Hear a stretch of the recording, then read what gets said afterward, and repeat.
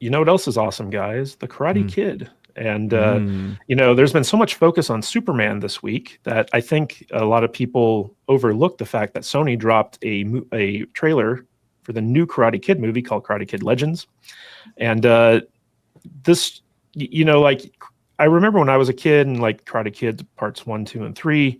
By the time you got to the third one, people kind of moved past Karate Kid and it wasn't very good, all this other stuff. But then with Cobra Kai, you had this kind of resurgence and the introduction of what they're calling the Miyagi-verse, which is basically these people who are very passionate about the world of Karate Kid. They're trying to take everything that Mr. Miyagi appeared in and make it canon, and now they're trying to bridge the gap with the Jackie Chan Karate Kid and bring that into the Miyagi-verse. And it's with this trailer for the Karate Kid Legends. Now, of course, because of YouTube's copyright, unfortunately, we can't show it. But I asked everyone on the panel to take a look at it and react to it. So I would like to start with our special guest, Mr.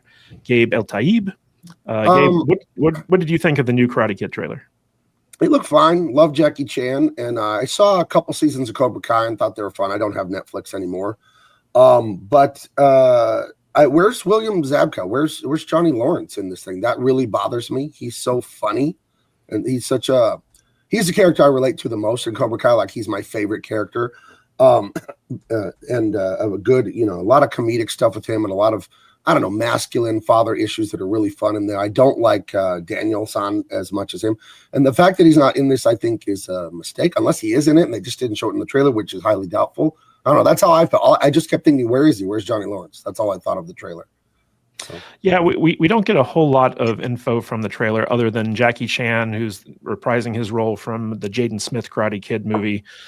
He comes searching for Mr. Miyagi's top student, which is Daniel-san, because he needs help with a kid that he's mentoring as well. And I think he's either probably like terminally ill or he's, like too old or something like that. I don't know what his excuse is, but basically Daniel-san becomes a new mentor to this kid. We're going to have to wait to see how the series finale Cobra Kai plays out to answer all these questions about where Johnny is in this. Where's Miguel? Where's Robbie? Where's all these other characters that, are like kind of like under Daniel's wing currently in Cobra Kai. But Brian, I want to get your take on it. What did you think of Karate Kid's Legends? I just watched it as you were talking. I'm sorry, I completely forgot. I'm going to be honest with you. But I just watched it. I got to say, I'm glad that one thing I'm glad about is that we're never going to see Jaden Smith ever again. That's great. So, yeah. And I like Jackie Chan. So the fact that they're connecting the two in this, in the way they're doing it is pretty cool. I'm a big fan of Karate Kid. I love Cobra Kai. Great series. But I'm with Gabe here. I miss we need some of these other characters that brought levity to it, Like Hawk. Like Hawk. Sure. What's that guy's name? What's the actor's name that plays the blonde dude? It's William Zabka. He's Johnny Lawrence. Yeah, I want that guy. He made me laugh. I agree. Well, I love everything they're doing with the Cobra Kai universe. Bringing back like every single actor who was ever involved in it, except for Hilary Swank, which I'm hoping by the time we get to the end of the final season, they somehow address that. But Odin, I'd like to hear what you think of the trailer, and also want to hear what you think about Sony's timing, because they knew that Warner Brothers was dropping the Superman trailer. They probably could have gotten more traction if they dropped it earlier or afterwards or whatever.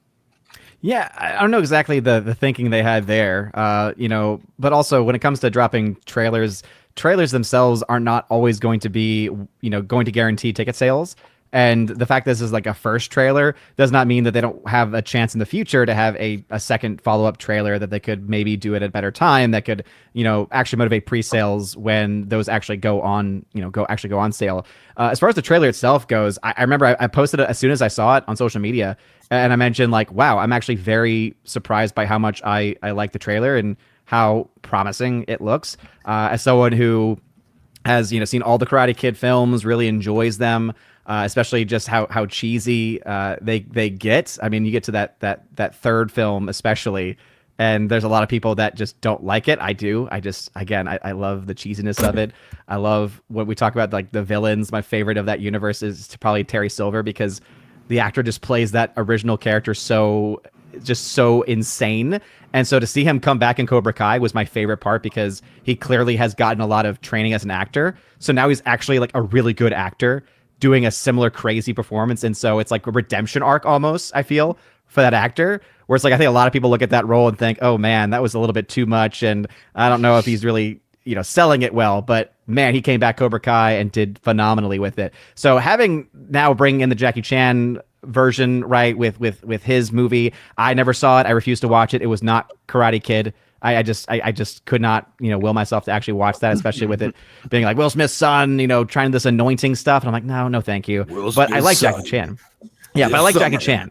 So the fact that he's in it and he's playing a sensei and he's, in that role. And I really especially like in this trailer how they're focusing, it seems, on different types of martial arts. So I like that there seems like there's going to be like this culture clash a little bit, right? Of these Chinese art styles versus like the Korean or even the Japanese art styles. And so it'd be really cool to see that kind of mission mashing together.